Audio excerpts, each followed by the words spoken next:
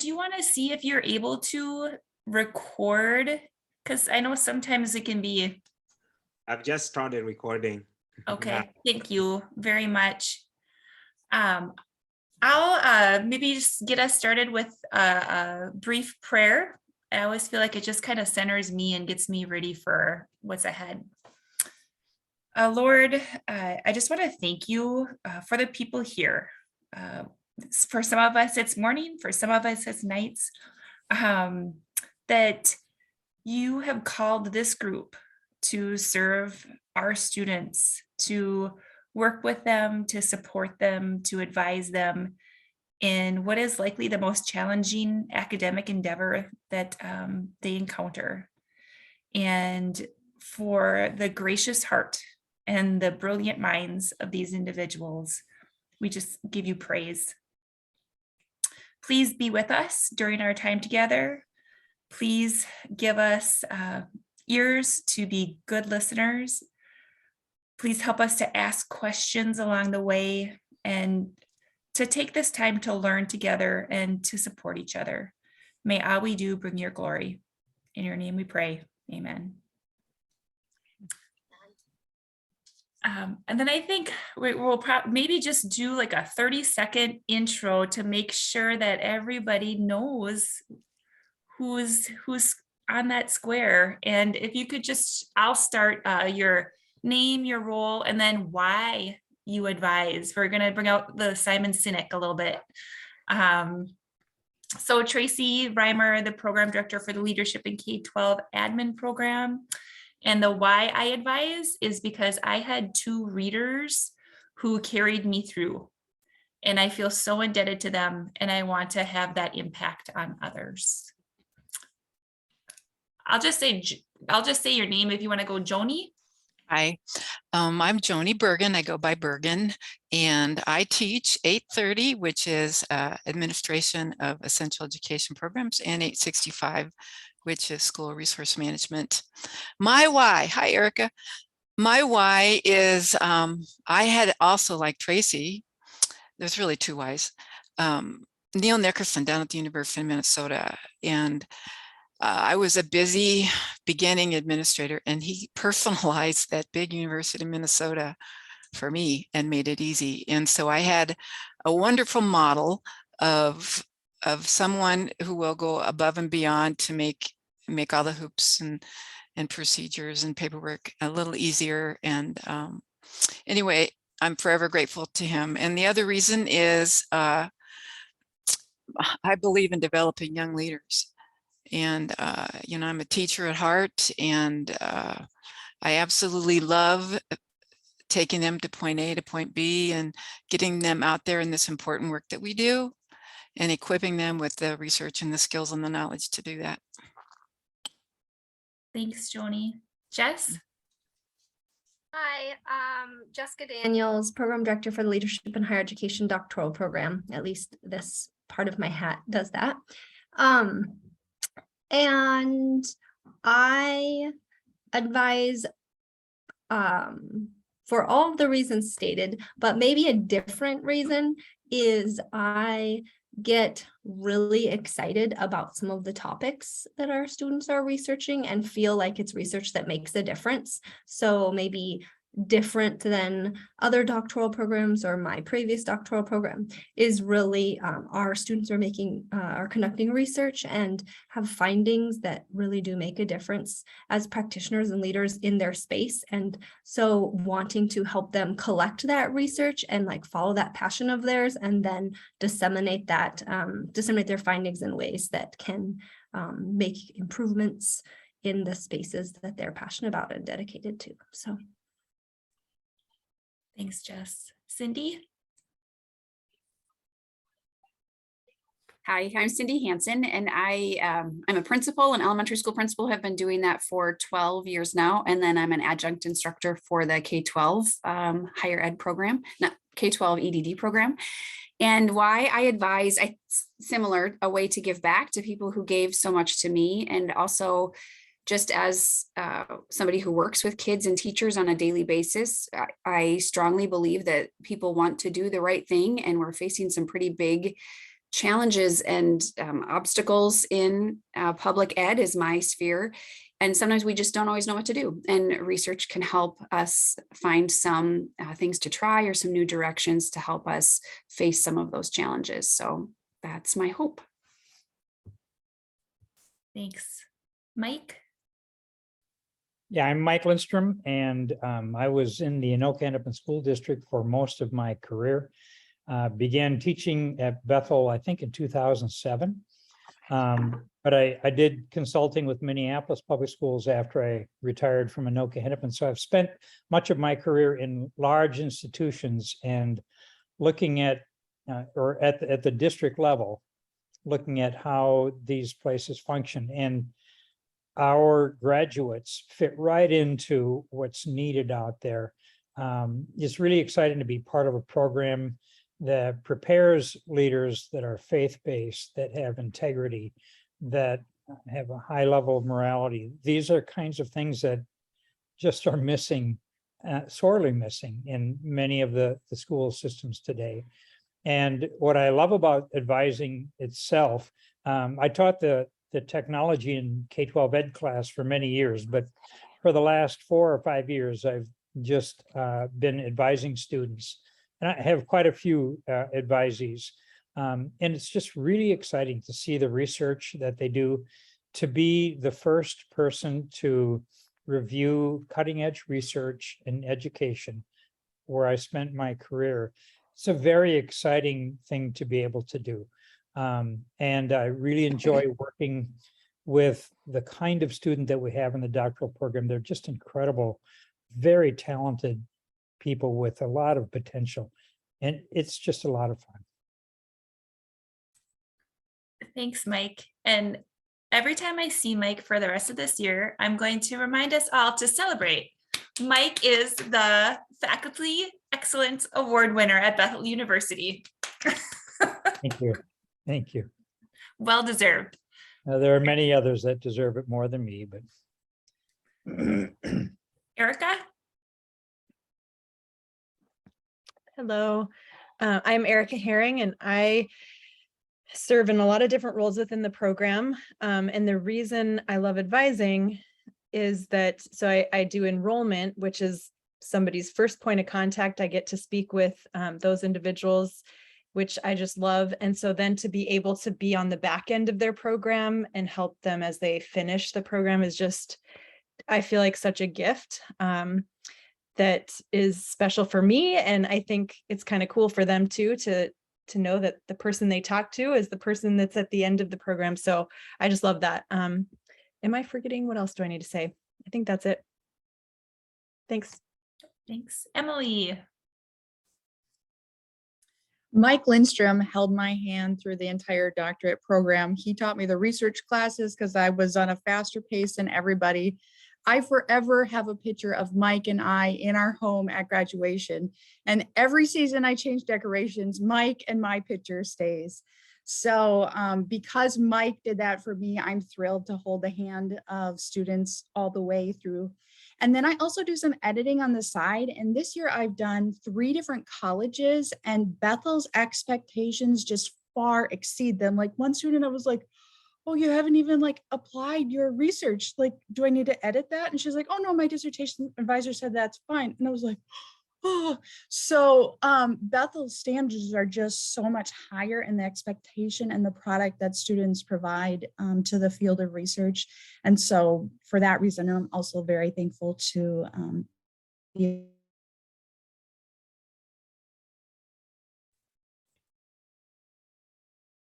Thank you, Emily. You kind of gave me goosebumps there.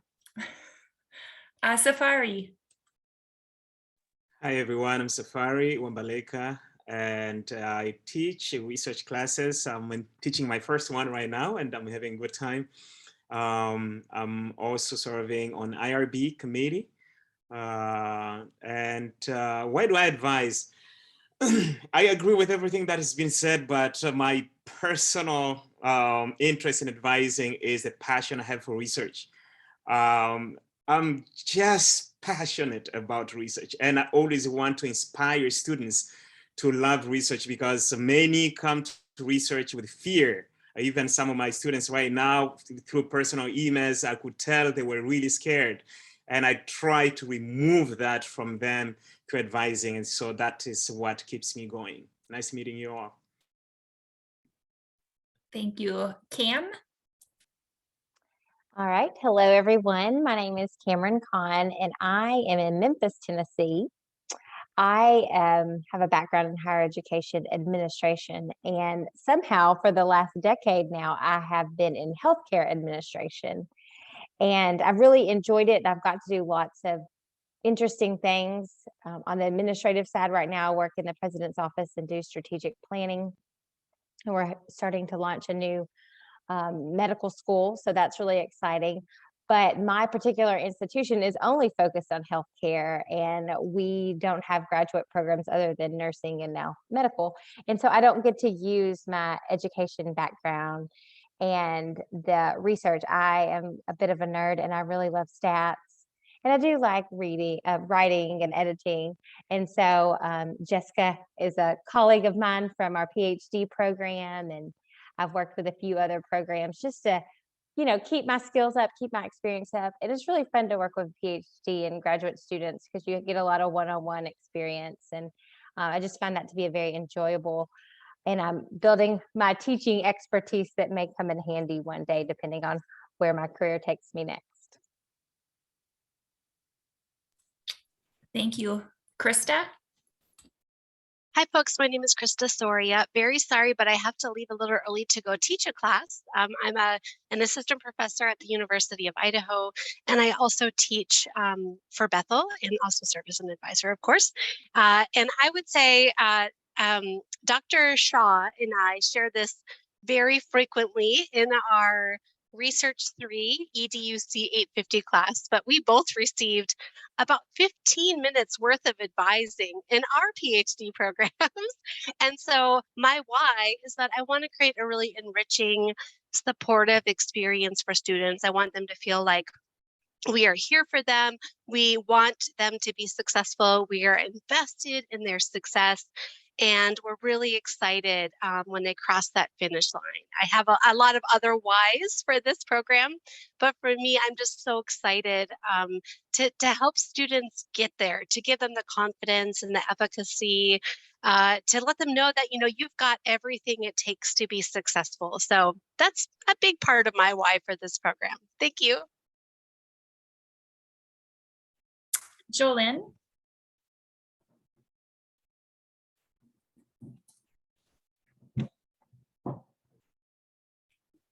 Maybe we'll come back. Peg, I know you just joined us. We are just doing a quick intro and then our role and then why you advise. I was just coming out of another Zoom with teachers. We do a Holding Hope professional learning network for teachers, and it was, so my heart's really full coming out of that. I'm at Bethel University, and I'm on full-time faculty in the special education department. And I do thesis advising and not a lot of EDD dissertation advising, but a little. I have a couple of people right now. And my why is because my experience getting my dissertation, it's kind of cathartic, but mine was not a good experience. It was actually kind of traumatic. And I was able to defend successfully, but I really take great pleasure in doing what I can to see that the experience of writing a dissertation is exciting and successful and doesn't have to be traumatic. And I love that it feels different at Bethel. And so I want to contribute to a positive experience for people who are taking on this tremendous achievement and seeing them get to the other end and be emotionally healthy, to be honest. So, and it's fun to learn because they're doing all this amazing research and we get to learn from them. So that's why. Thanks, Peg. And then Rico is here for another reason, but we would love to have you introduce yourself and tell us a little bit about yourself. Yeah, hello everybody. My name is Rico. I am a recent graduate of Bethel's EDD program. and currently serving as the program director for the higher education master's program at Point Loma Nazarene University here in San Diego. And just can say, just from hearing all the reasons y'all go into advising, I definitely had just an amazing experience and could feel that experience you're talking about and that passion just radiate through my advisor, who I will get to brag about a little bit today, and even my readers, and just their commitment to seeing my crazy study come to fruition. Thank you all.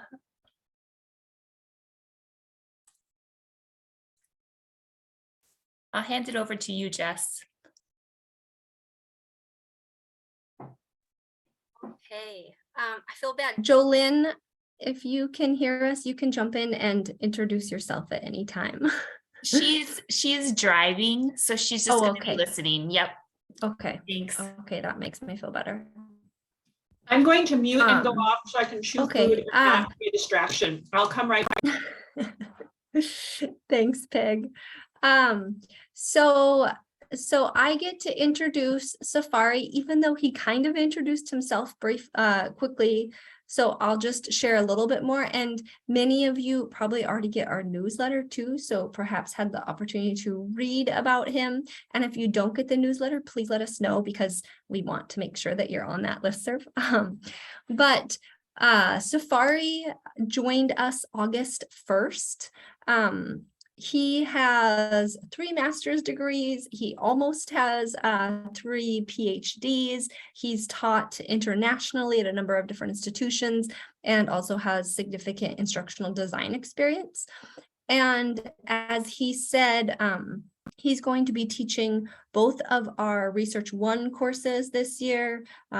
He and Krista are going to be teaching Research 2 courses, and he is our university IRB committee member, and then also doing our departmental IRB. So you will be interacting and intersecting with him in that capacity as dissertation advisors. So he'll be facilitating that process for us. And we're really thankful he started August 1st. And Safari, am I missing anything else you would like to add to your introduction? No, that's about it. That's about it. Thank you. Nope. Okay. Yes. So let's see. I think that I turn it over to you now, Safari. Are you ready for the resources section? Sure. Okay. Sure. Let's talk about that. Thank you so much. I want to thank each and everyone for welcoming me to the family of the EDD in educational leadership. I think I understand why everybody is passionate about what they do from what I have just heard from the introductions. I want to thank in a special way my two supervisors who have seen me going through rough roads to transition. And I know you will see that happening for probably another few months before I really know the system very well. And so thank you so much for the patience and the guidance. And I want to thank also the other people who have provided me a lot of support. I'm sorry if I forget any name, but Erica, you've been fabulous. Mike, you have provided information. Peggy, we met and we provided information. Krista, definitely a lot of support that I have received, and many others, some who are not here this evening. I'm really, really grateful to that. And please, when I ask a question that may seem like everybody knows this, please understand that I may not know it, and just be patient with me. Someday, I promise, I will know most of what is happening, and I'll be able to communicate much better. I'm going to share this so that we can easily follow together. I know you have access to that document, but I always believe to just look at the same screen and makes it a lot easier for us to move together. I've been tasked to discuss these 2 points, so I'll go with the number 3. The reminder of the resources available on the EDD Faculty Resources Moodle. And the special focus here is on the dissertation procedure guides. If you go to to our Moodle, you'll find that, and I'm sure each one of you has been there. Let's see. We'll find right there. All this information is there to guide us exactly what is expected at Bethel. I'm going through this the first time because I have my first advisee right now. I'm going through that the first time. And you'll find the information there on APA, which we're going to talk about, that the 7th edition is to be used starting summer 2020. And the students have the choice to those who were before that time, they have the choice to use 6th or 7th edition, but we are basically all the students who started in summer 2021. Here it says 2021, there it says 2020, so we need to harmonize that. Tracy, can you help us? Which one is the correct one? Is summer 2021 or summer 2020? Or Jess? Yeah, I would have to double check, but I would trust the Moodle site more than my notes on this agenda. Okay, yeah, right here, this one, let's go with 2020 at this point. So anybody who started their studies in summer 2020 and later will need to use the 7th edition, while everybody else before that, they have the choice to use either 6th or 7th edition. Actually, the difference is not that big, really. It's not. It's perfectly fine.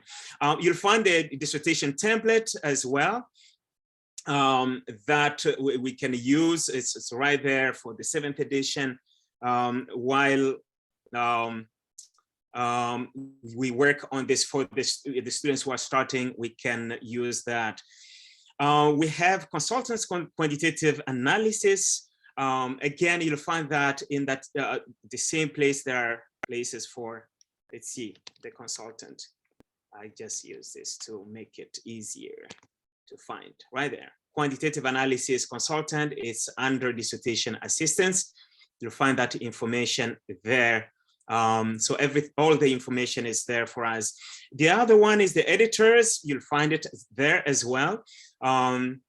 We acknowledge that this is always funny when I hear that, we have non-native speakers of English who are, our students who are non-native speakers of English, and so they need editors.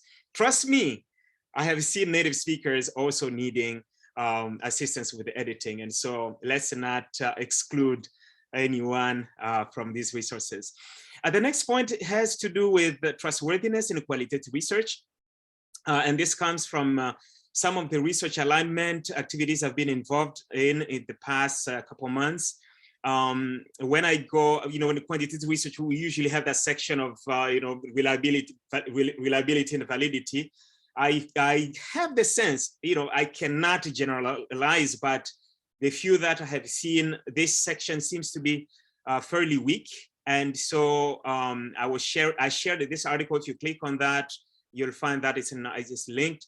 I shared this article with Tracy, and she thought it was really, I found it very practical to explain the concepts, what needs to be done. And she agreed with me that it was pretty straightforward, that it can help students. It's a very short article. I don't know if it's even 10 pages, but it has everything that people need to know. So as you advise students who are doing qualitative research especially, please lead them to this article so that they can strengthen that section so that we continue moving forward.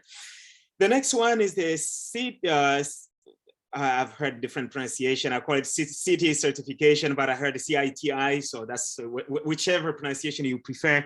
I sent an email to those whose certification was expiring or had expired.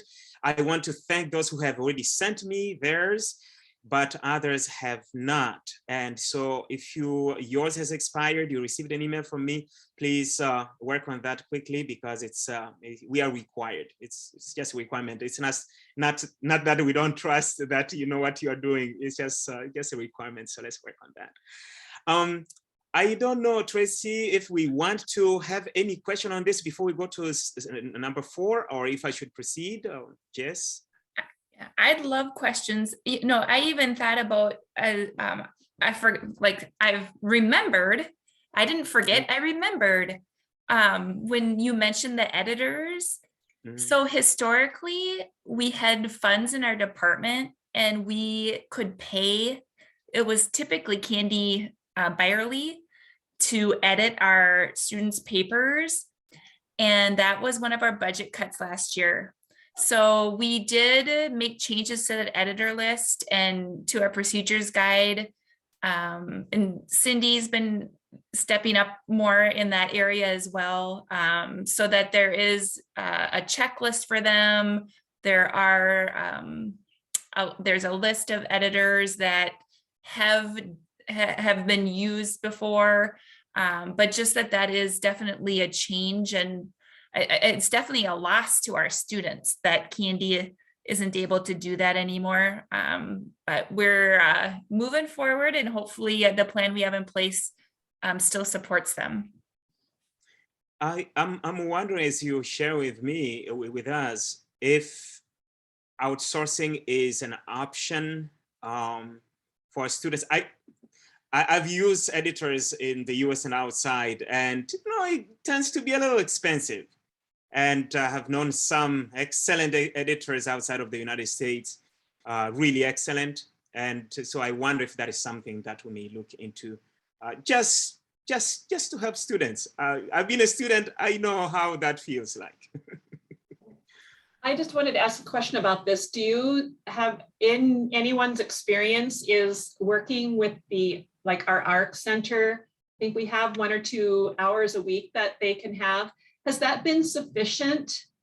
Or have you known that to not be sufficient? And under what circumstances would you say you're going to need something more than the ARC? Or is that just kind of up to our judgment? We have left that up to individual advisors' judgment. If they have questions, typically they'll come back to us, and it's a conversation. We know that the student is having writing challenges, or ARC does a really great job with kind of like the technical APA and some of the polishing. They are less helpful with like the funneling and the conceptual organization of it. And oftentimes academic writing challenges, I mean, they can just be technical and academic writing challenge, but it's also sometimes like a thinking and analyzing challenge, and they really don't help with bring that clarity, and they don't have the time and they don't get paid for that. So it's those types of like that more intense editing that we sometimes have to pay an editor for. Yeah. Tracy, do you have anything else you'd say about that? I will just share in all transparency that and maybe you have had similar experiences. There have been some students that I've worked with where I get their paper and I can't even review it, because all I will be doing is correcting I can't do any content review. And so I will actually just send it back to them.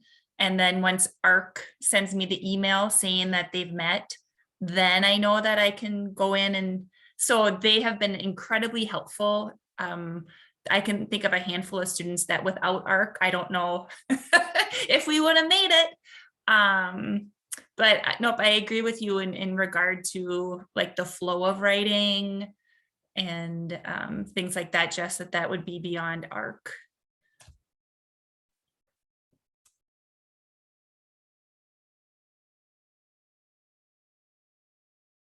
Okay, I think we'll proceed to the next one. I don't see any other comment or question, so let's go to the next one. This is something that we have been, Tracy, Jess, and I have been discussing for some time now, and we want to share it with you and see what you think, if it would work.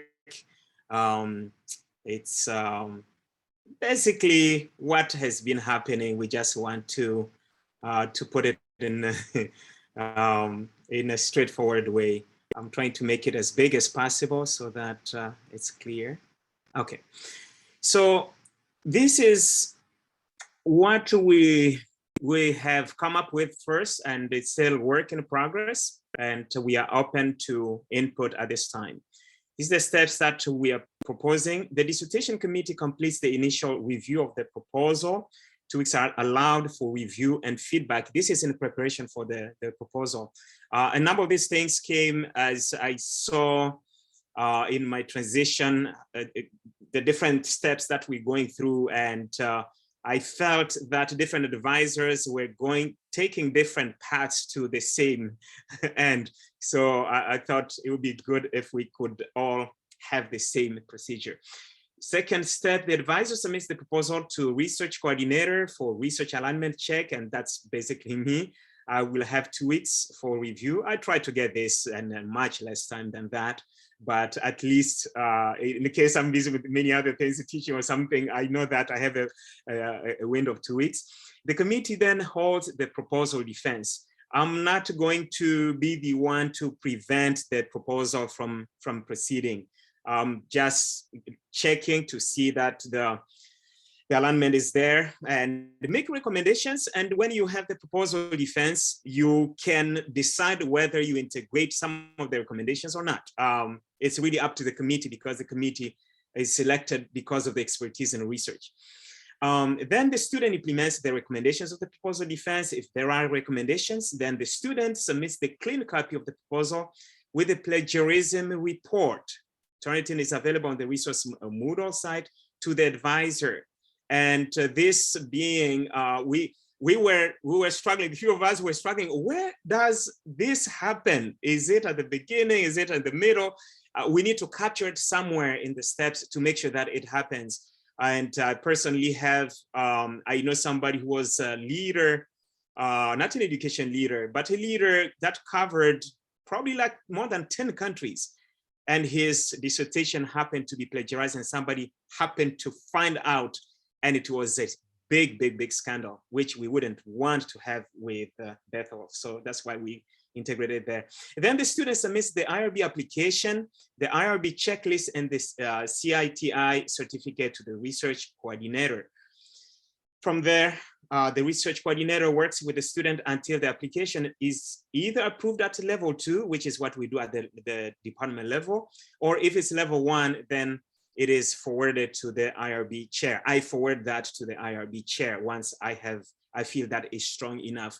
And this really helps the students not to spend too much time with the IRB committee once they have some cleaning done ahead of time. After IRB approval, then the student can start the data collection. So at this point, we are going to ask you to look at this and tell us, what do you think? Is there something we need to improve? Instead, some step we need to add, something we need to remove, to modify? I think this is the time we want to see that. Safari, this is Mike. Okay, hi, Mike. Can you hear me? Yes.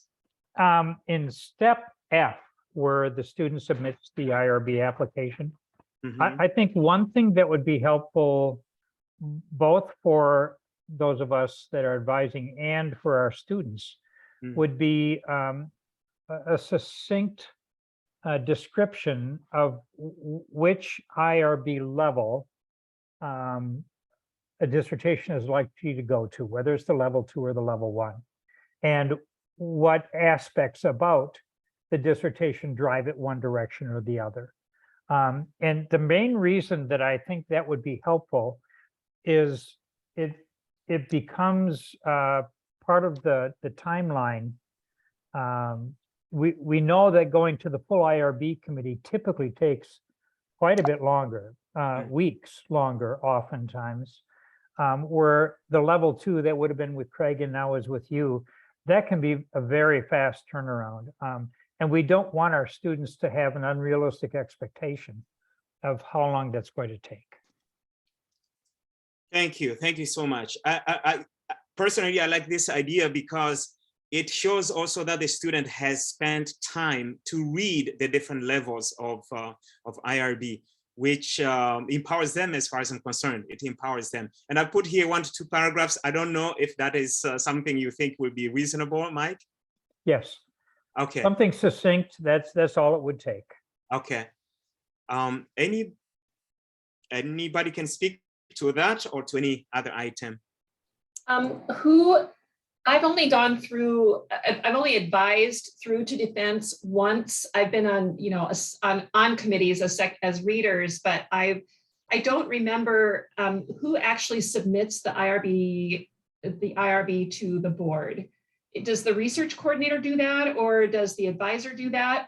And my second question is that what is the role of the research coordinator? Because I don't remember working with a research coordinator, and maybe I did. And if that's a question you need to answer like through an email or later, or it's in the manual, then you can defer that question until later.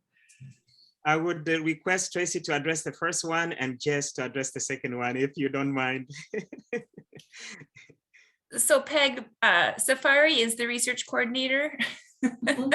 I don't know if we ever said that. Yeah. I'm happy about that. Okay. Yeah.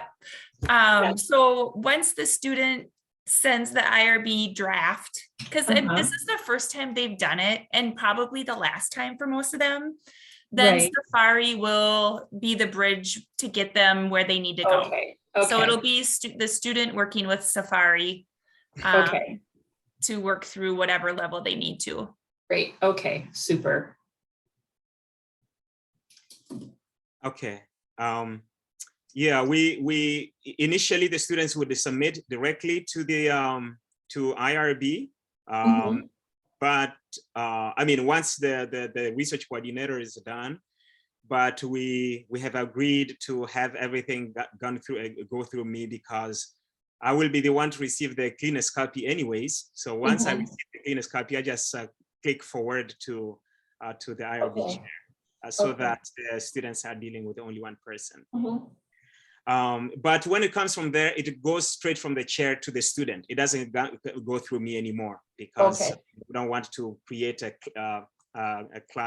traffic there. Right. Okay. Okay.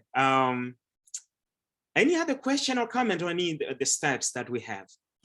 So if the dissertation committee completes the initial review of the proposal, and then we have their feedback, but then that also needs to go to you before we can set a date for a proposal, correct? The feedback, you mean? The feedback of the committee? Does the committee give their feedback to the advisor and to the student, and then we address that feedback, and then we send it to you, and we're able to then set a date for the proposal? Okay. Yes, that's exactly how it is. Okay, actually, good. the sentence, the first step, Tracy, you'll remember what I had written in the first step. That's exactly what I was trying to say, that the dissertation committee approves the paper for defense. That means that all the revisions are already done. Right. So we will probably try to revise this first step to make it clear that basically what comes to me is the recommendation is already done, and the paper is already approved for defense. Okay. And then that is the paper that comes to me for research alignment.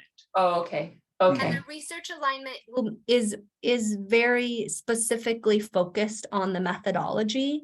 Yes. Okay. And the execution of the research design. So it's much more about the alignment of the research question and the research design, and actually the conducting, like the procedures. So it isn't about like, maybe some of chapter 1, but really it's about chapter 3. It's not about chapter 2. Okay. And so it's really a check to make sure that the methods align with the research questions. It's not Dr. Safari saying, well, this is not well written, you need to go back and continue in your edits at this point. So Safari, you get the clean work, right? Yes. Hopefully, that's definitely my hope. Yeah, and it is really, Peggy, you have raised a very important note here, because between the IRB work and this research alignment, I find myself struggling many times, because when it's IRB, I have to focus only on the ethics. And sometimes I find something that's a methodology that I have to remind myself, no, this is not methodology time. This is the IRB time. And so Yeah, I have nothing to do with how the paragraphs and everything. No. I just read the research questions, the problem statement, Okay. and really look at the alignment that everything is aligned there. So Okay, and I thank you. use the template that everybody's using that is available Okay, in the same great, thanks. section. Yeah. I've added this. I don't know, Peggy, if this helps a bit. Let's see, can you see the initial review of the, and yes, the student makes the recommended revisions, right? And so the advisor then submits a clean final draft to the research coordinator. Yeah. Because I get mixed up with the language, the proposal, and the there's a name for the document that's being presented, and then there's a name for the actual process of proposing. And so the prospectus and the proposal. So I'm not always using those terms. I'm using them interchangeably, maybe. I'm sorry. Yeah. Some universities use prospectus for proposal. Proposal here, the first three chapters completely written. Okay. Yeah, the prospectus is just a very short one. And we've had some differences of like preferences regarding the prospectus. So a prospectus is really kind of just an abbreviated first three chapters. We have tried to discourage the use of prospectuses simply because it still requires a lot of work on behalf of the student beyond the prospectus, and typically that they will have a stronger defense and they will be better prepared if they just write the entire first three chapters. So that's our strong preference. Occasionally we've had professors who teach research courses or advisors allow for the prospectus, but we would discourage that if possible. And it is kind of confusing because sometimes people just use the word prospectus to mean like the first three chapters for the proposal defense. But it also is a thing, which is like an abbreviated first three chapters. That helps. Thank you. Jolyn, were you going to say something? I wondered if in some circumstances it was possible to do the proposal defense before it goes to the research coordinator. I know a couple of times it's the conversation that we have with the student and the committee that refines and smooths out some of the rough edges on the alignment, the methodology, and even in polishing the document. So I almost wonder if it might save a little bit of energy from Safari if we did that conversation and then the student did their editing and work and then it went to the research coordinator between defense and IRB. Just my opinion, and again, I'm going to count on my two supervisors to jump in because they have more experience with this than me. The reason why personally I think it should be here is that so that when the committee meets for defense, they are meeting only once. If we do what you're saying, which is perfectly fine with me, because that means what I'm going to receive is even stronger than what I'm trying to get right now. I'm perfectly fine with that. It means when my review, my research alignment comes in, they may have to meet again. They may have to discuss, okay, do we want to accept this recommendation or should we reject it? So that's why I felt, getting it in right before proposal, when the deliberation is going, you look also at my recommendations. That is my opinion, but I'm open to that option as well. Please, Jesse, Jess and Tracy, can you please jump in and help us? I would just say that, I'll let you go, Jess. No, actually, I'm thinking. So I think there is a little wiggle room here. And in the past, I mean, Safari, we've only done the alignment check for about a year. And even just having it in here and having this as a reminder is going to make it better that it happens. So I think the strongest statement I could make is, let's make it happen and let's use it to make our papers and our better.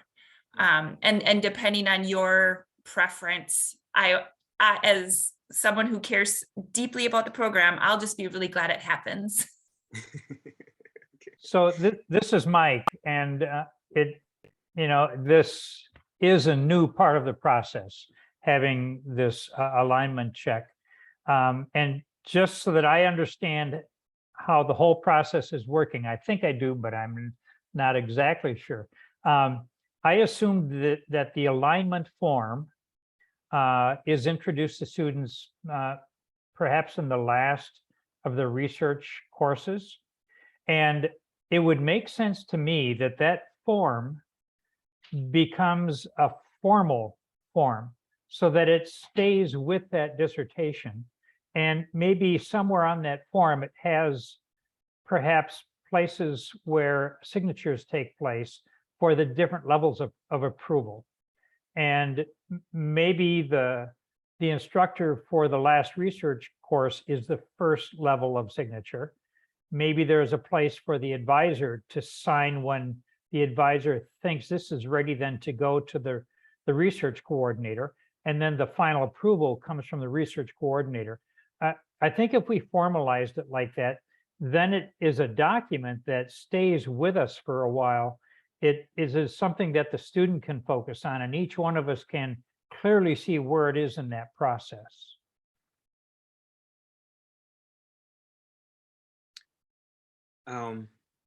I think I will, personally, I think we need to think a little bit more about that. The fear I have is that it may create a little bit more work. I see the value in it, Mike. I definitely see a value in it. I wish we could do this electronically where you can just go and check off online. I see the value in it, but will it create extra work for the people who are involved? Because if somebody has passed the last research course, it means the professor has indirectly approved that there's some kind of alignment. It may not be perfect because she or he's dealing with 20 or more students, but there's definitely some work that's been done there. So Safari, the reason that I mentioned that is I know that some, but not all, of my advisees share that alignment form with me. So and because some of them don't, that means that I really haven't done a close analysis of whether the alignment really is there for all of the parts. And I personally don't think it would add to the workload. I think it would just formalize what we're doing in a single location.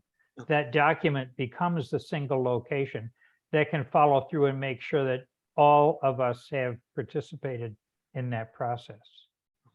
Okay. Again, can we hear from our program directors on this? And if it is something we want to do, then I will definitely take note of that here. I think this is a good idea, Mike, and that we need further discussion. I really want to say, like, everything even that we're typing right now is all a rough draft, and we definitely need to regroup and fine tune and have further discussion.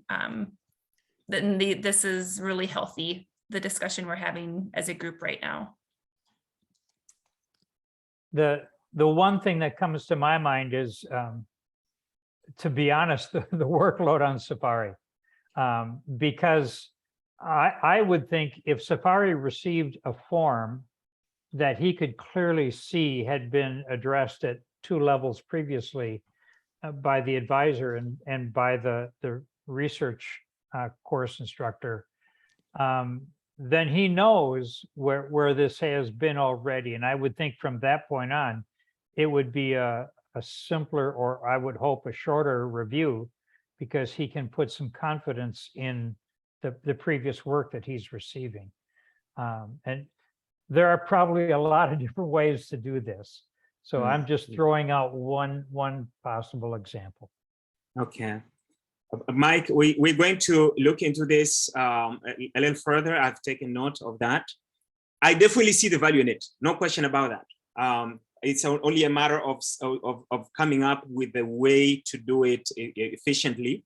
I'm going to come up with something and share it with two program directors and then see what we come up with. And maybe we share it with everyone for final input.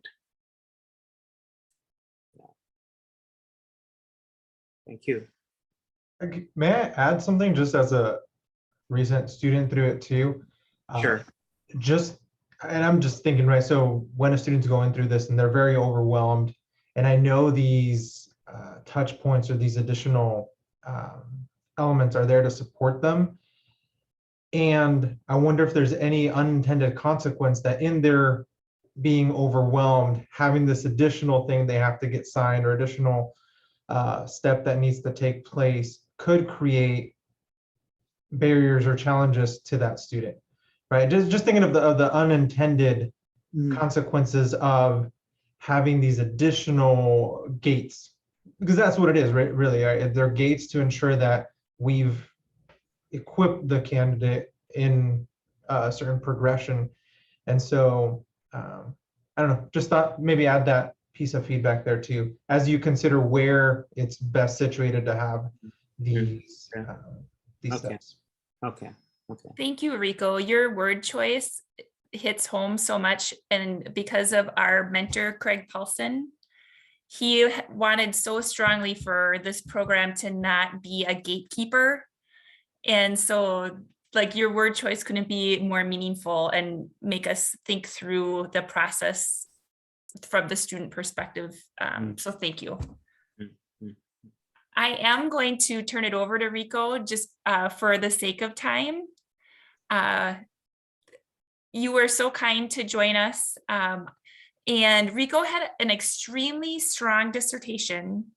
And so I asked him if he would be willing to come and just say, here are the things that really helped me that my advisor did, or that the program did, or the process did, or tell us a little bit about your story. Yeah, absolutely. First of all, just thank you for having me here today. It really is a privilege to get to listen to this process and to see the intentionality that goes behind supporting us as students. My journey was definitely your worst case scenario student that's coming in with zero context. I was not in higher education at that point. I was working in sexual violence prevention, and through Title IX work is how I became interested in the field. And also the first in my family to pursue a college degree. Both of my parents have a middle school education, and they themselves actually did not believe in higher education. So it wasn't something that they promoted, and yet God made a way, and here I am. And so I would say there's two elements that I really appreciated and supported my journey significantly. One is just the nature of the program, that it has those research courses embedded throughout the curriculum, and you have faculty who are pouring into you and guiding that process, that development of the first 3 chapters. That was just instrumental, including that last summer session where we go in person and get to meet with faculty and have that additional week to work on the development of our chapters. That was super instrumental. And then the other part was just the degree to which my advisor and my readers were involved. So I did have Jess as my advisor, and I chose her because I remember the first class I ever took in the program was with her, and she made the statement, I can't quote it exactly, but essentially it was, I am the hardest instructor in this program. Do not come near me unless you want to be challenged. At least that's what I heard. And I accepted that. I said, yes, when I get to that point, that is who I want. I want someone who's going to be able to challenge me and also just say, no, this is garbage, rewrite it. She never said that, but that's what I heard my first day sitting there, and I loved it. It's right what I needed. She was very, I would say these are the attributes that really supported me. Very present, and also not holding my hand. And my assumption is people getting into this program have some degree of experience. Most of my peers had more time in higher education than I did myself. And so there is that element of, okay, I've been doing this for some time, so I just need some guidance, not necessarily the hand holding throughout the whole program. And there might be some folks that do need that. But for me, it was really nice to know that she was available, and it wasn't this constant every week checking, what progress do you have? How are you doing? It was just, I don't know, for me, it was the right amount of what support do you need? We also met on Zoom, which was really helpful to be able to just go through some of those areas where I was having some challenges organizing my mind and being able to just bounce ideas off of her and just free think, right? What would be the next step? And so that approach was really helpful, just very empowering, very encouraging, even on the social side. And that's another element, you know, as you are comfortable and as you have capacity to do, I really received that personal development and encouragement, and continue to receive opportunities for professional development from her and from my two readers. I had Martha Shaw and then Katina Evans, who was the vice president of academics at the institution where I worked at the time. So again, it was this combination of, for me, the right amount of support to say, I'm here, let me know when you need help. And then when I reached out, the help was there. And I don't know, for me, that was critical. Just knowing that I didn't have to be reporting all the time. And when I did seek help, it was there, and it was impactful. Trying to think even beyond that. So the actual process was very clear to me as well, having that site in Moodle to be able to understand what are the next steps, and then be able to send out a quick email if I didn't understand. Again, the courses themselves talked about that. So I really did feel that I had the support as far as the journey, what it would look like, what's coming up next, and that alignment form, as you're hearing that was pinned up on my desk. So I think that's fantastic. It really helps. It helped me conceptualize what the study was, stay focused, because my study involved definitely being in the community that I was doing research in, learning a language. And so it was very easy for me to lose focus and go outside of the scope of what my study was. But that alignment form just continued to remind me why I was doing this and the purpose of this study, and not just my passions. So that was that. And my two readers were very much the same. They were very engaged. They liked the topic, which I think, you know, as I heard you say that, just that you do this because you love seeing the work that's developed. I definitely experienced that in both of my readers and my advisor, that they weren't just doing this for the sake of the research, which is nothing wrong with that. But they believed in the topic. They believed in the purpose of why I was doing this work. And I could see that they understood the connection to me personally. Rico, just because your topic was amazing and your research was amazing, would you be willing to briefly share it with everybody? Absolutely, yeah. So my research was on a particular Native American nation. It's the Kumeyaay Indian Nation, which are the local people of San Diego and Baja, California, Mexico. So it's a binational Indian nation. And I was interested in finding what are those factors, if any, that supported their persistence and degree attainment in a timely manner. Through my literature review and just in my personal lived experience, I noticed their there's just not many studies out there on the supportive factors. There's a lot on the challenges and barriers and all that. And so I was really interested from a phenomenological standpoint, understanding in their lived experience, what are those factors that supported these students to persist and graduate when the majority do not. They are the lowest represented in any statistic in higher education for persistence and degree attainment. And so that was my lens. And to do that, because I am not a member of the nation, I had to meet certain criteria. And so it was an amazing privilege to do it, but I had to grow out my hair.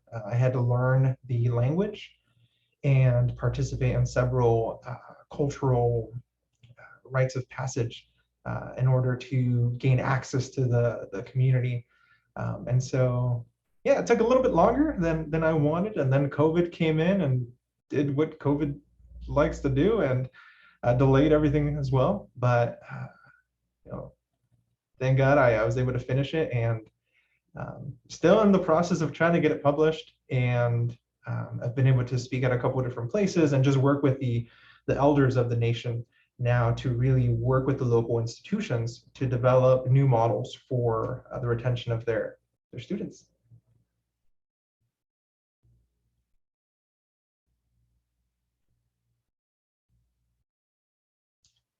I hope that's helpful. Just from a student side, I mean, essentially, if I can put it in few words, it's just be accessible, but not overburden the candidate, right? Give them enough room to make it their journey.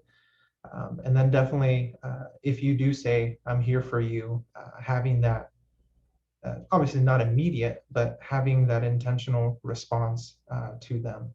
And then there's that social spiritual side that is very unique to Bethel that I absolutely loved. And Rico, this is Mike. I've got a question, if Yes, I sir. could.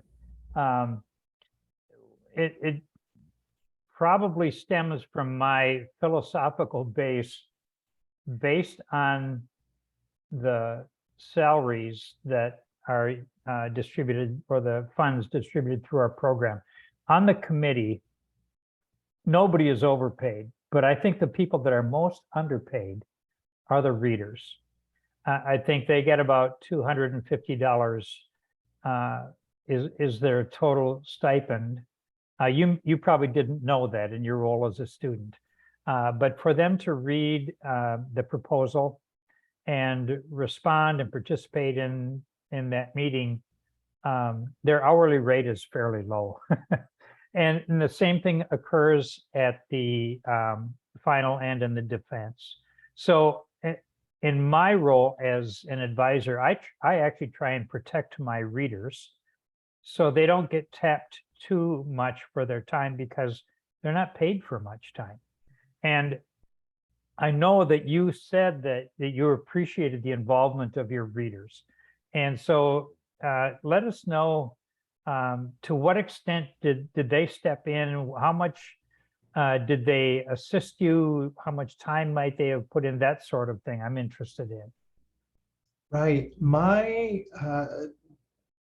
experience and their degree of involvement was actually not so much in the writing and edits and those pieces. That came towards the end.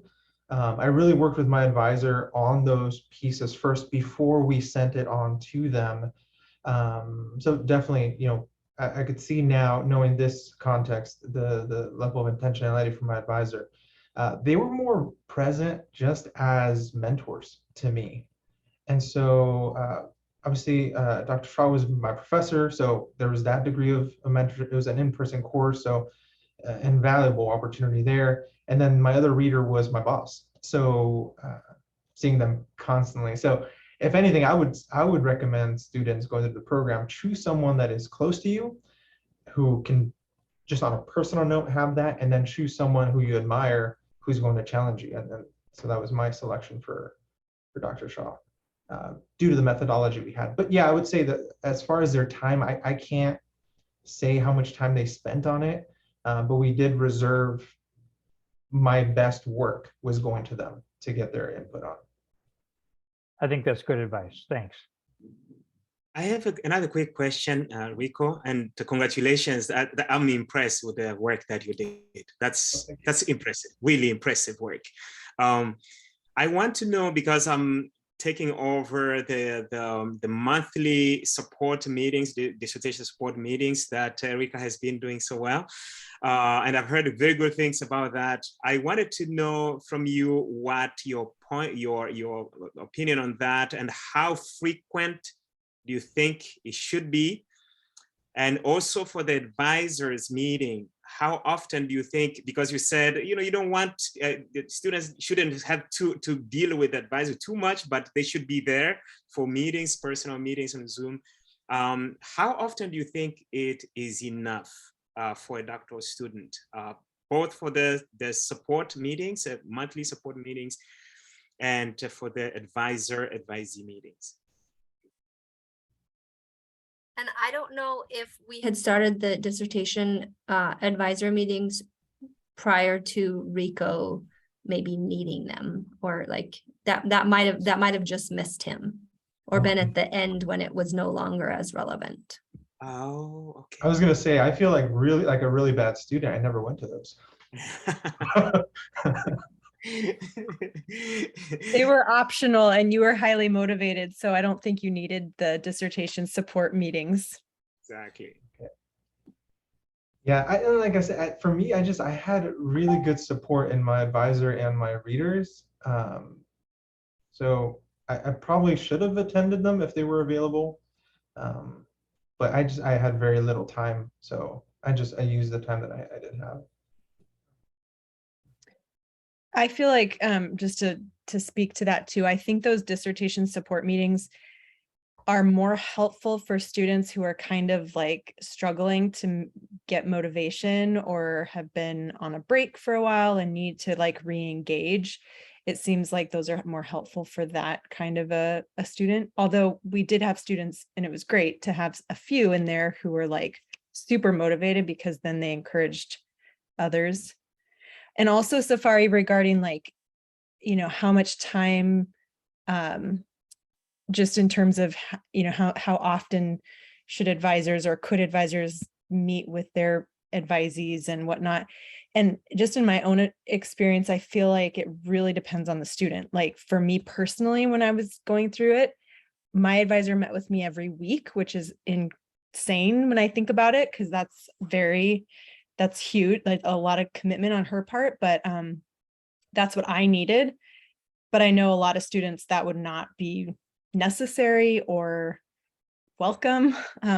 And just as an advisor too, I always am very clear with somebody who asks me, like, I do not have the capacity to meet with you every week, but so I think it's helpful for advisors to just be clear when they're talking with a potential advisee on what what they can expect, or what they can offer, how much time they have, that kind of thing.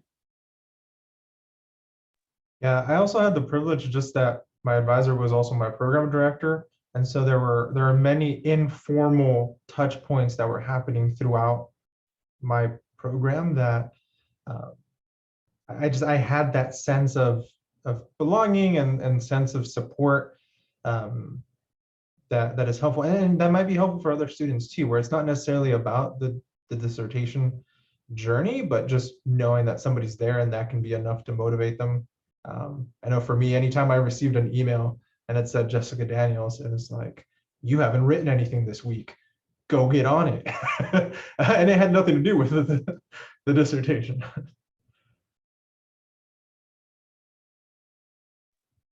I think it might be helpful to think more about the points in the process that an advisor should be connecting with the advisee, more so than how frequently, because I end up working with a lot of students that have stretched this out for a many-year process. And I work with some students that started this 10 years ago. And obviously, it's not the frequency or how often they need to be met with, but at what stage are they ready for the next meeting? And how can we encourage them to get to that stage so that they're ready to, to make that next step? Because I have found personally, it's not too useful to meet with a student if there's nothing to discuss. So I think if we could more closely define the points where, boy, it's time to meet with your advisor now, because before you take this next step, we better make sure that everybody's on the same page. Right, and I do want to affirm that anytime that I was going into a next step or next stage, I know we had a more intentional meeting, whether it was a phone call or a Zoom, at that stages. And then the other piece that I wrote down that I wanted to bring up, Jess knew what was going on in my personal life too, and that helped. And so I experienced several losses and just things like that throughout the program, and it was helpful to know my advisor knew those, and that also shaped where I never felt pressured. You're falling behind. It was okay, then we'll just meet next time we meet for it. So yeah, as much as you feel comfortable with your advisees, sometimes having just that personal connection.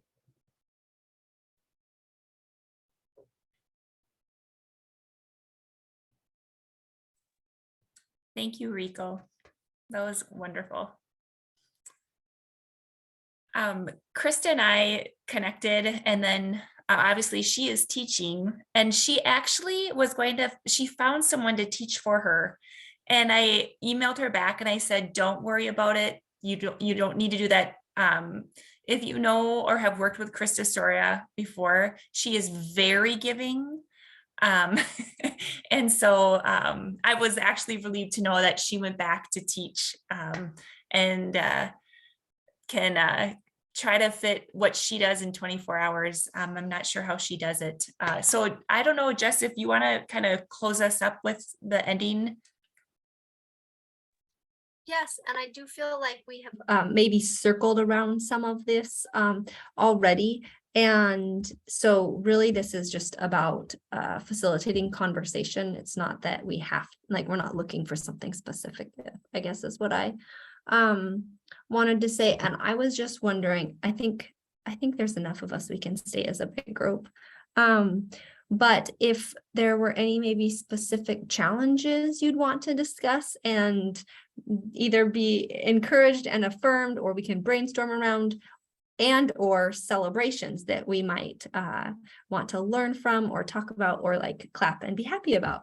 So either one of those experiences or stories or questions, I would love to hear them. So I don't know if anyone wants to go first. Be the brave person to go first.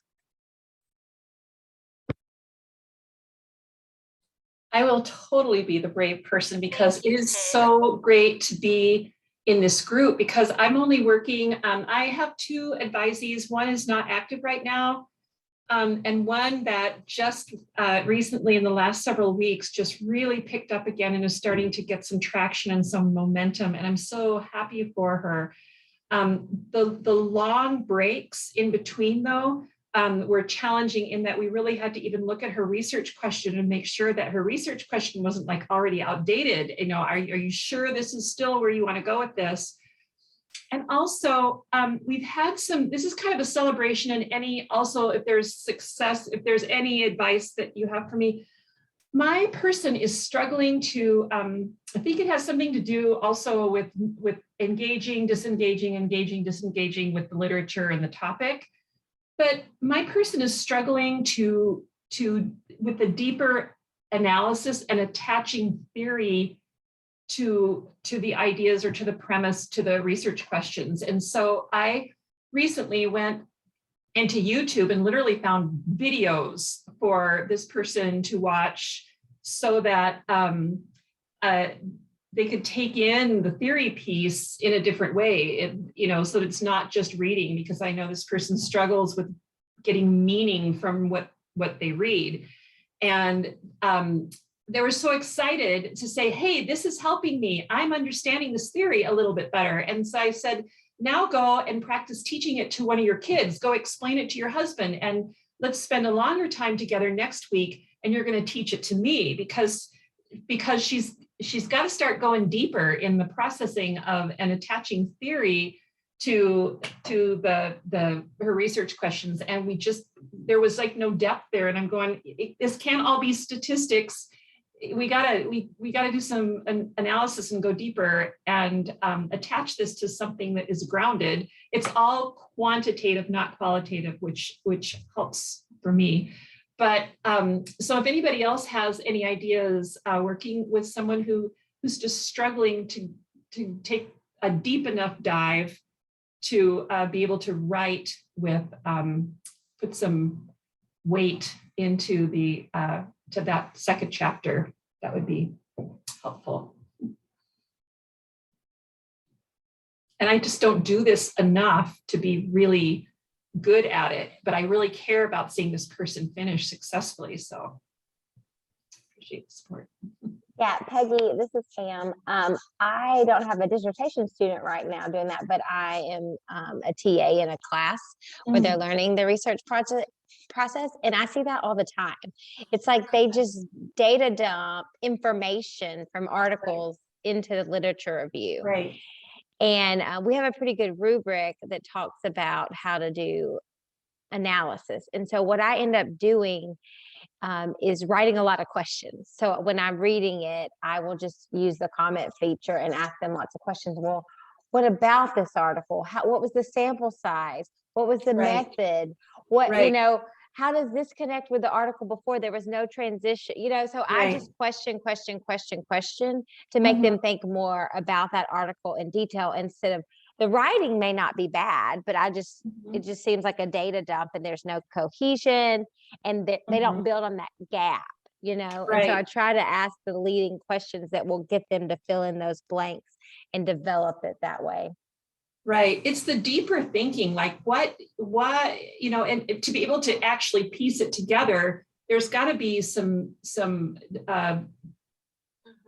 higher order, you know, in terms of Bloom. I should maybe say higher order rather than deep dive, but and I can't make someone's brain be able to go there. So we're just trying to figure out how to exercise that and build that muscle so that her writing is more than just the data dumping and just sort of saying, and then this person said, and then this person said, because there's got to be some application of theory in that second chapter.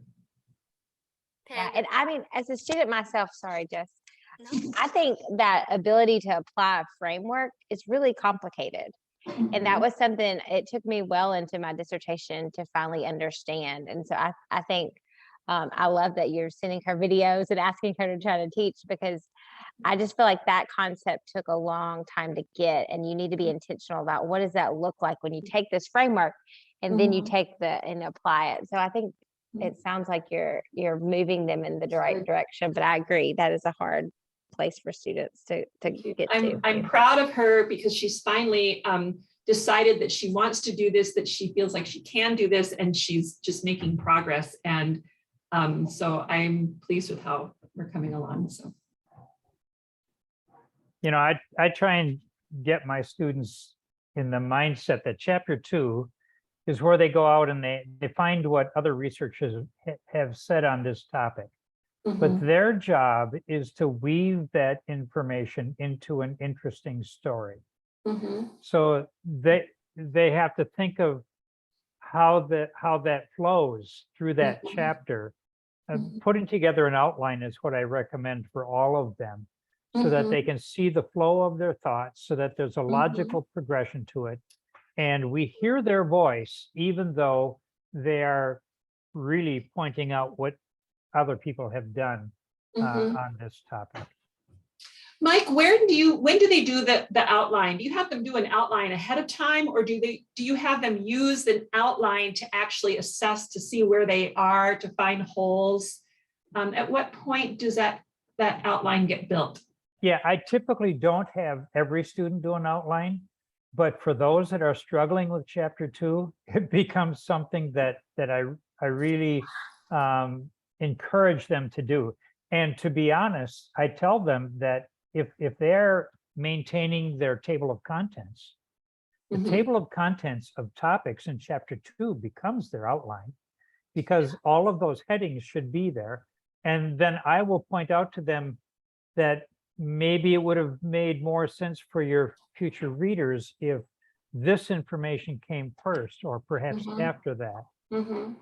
It just helps with that discussion, because that flow of information for the reader is really an important thing.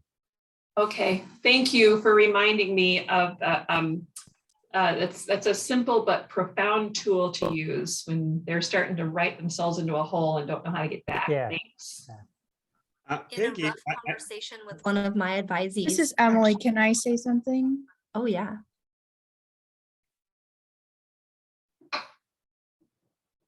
Emily, you go.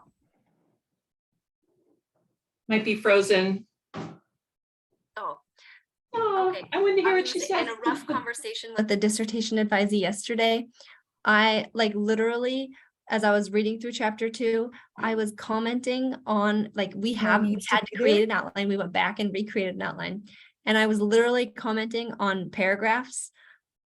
Why are you telling me this? I need you to make meaning for me. What is the purpose of this sentence, or what is the purpose of this paragraph in the story that you're telling me in your funnel? And I was feeling silly because I kept asking that question over and over, but I was like, I can't read your mind. You're going to have to tell me why this matters and why you're giving me this piece of information. That's good. Yeah, I was doing that. I actually had to send some of my edits to the ARC Center to say, am I out of line? Am I being too harsh? Am I being overbearing with my edits and my suggestions? And they confirmed that I was doing okay with them because anyway, thank you for that.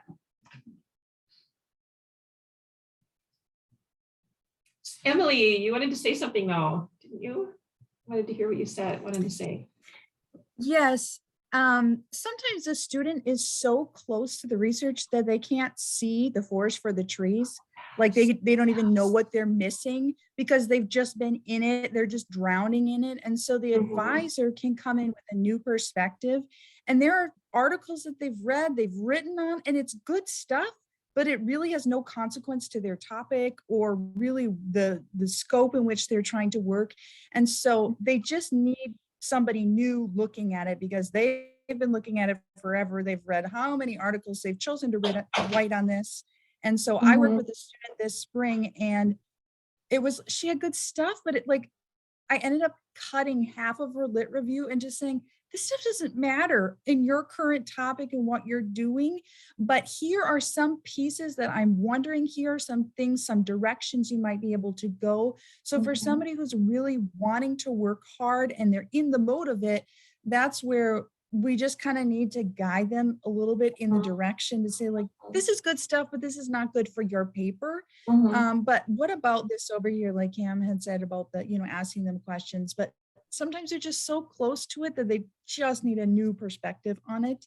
And so graciously saying, you're doing good work here, but this piece here really isn't adding value to your paper, but this over here this might be an area that you want to do some research in. Thank you, Emily. That was worth waiting for.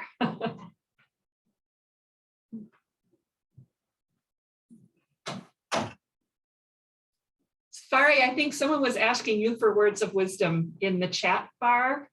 I would love to hear from you. Yeah, I have just responded to that. That mind maps seem to work much better for general learners. Okay. Yeah, I've had some, and it's like, I'm a sequential learner. I'm definitely sequential. And so it's like, why can't they get it? And only to discover that it was just their learning preference.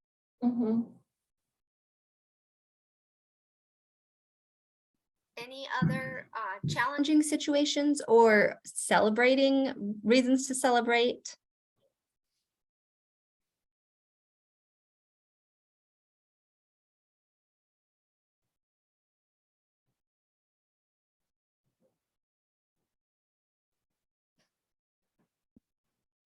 I think it's worth celebrating. Just we still have students who are pursuing their dissertation journey through COVID and after COVID, when everything is so crazy for people. So that alone is a victory. I think that they're still putting one foot in front of the other and getting it done. I have to tag along with Cindy's comment there. You know, what I saw happening across the United States and really across the world during COVID is the struggle school districts had and teachers and students as they moved to an online program, which everybody was pretty much forced to do. And I just have to say that one of the strengths of Bethel's program has been our online approach. And I think we have used the online approach to its advantages. And I think it's worked very well for our students. I don't imagine our students struggled nearly as much as most of the school systems did that haven't had much experience in online education. May I just add also something to celebrate? And this is my first observation in the first 2 weeks of this class that I'm teaching, my very first class teaching. Anyone who has taught this group, I want to celebrate your success. Out of the 20-some students that I have, I would say probably 4 or 5 who need some push, some serious push, but the rest of them, you see solid scholarship happening. They seem to know exactly where they're headed. So anybody who has been in their lives, whether advising or teaching, thank you so much. Thank you very much, because you have laid a very solid foundation that we're going to build on for the dissertation. Thank you.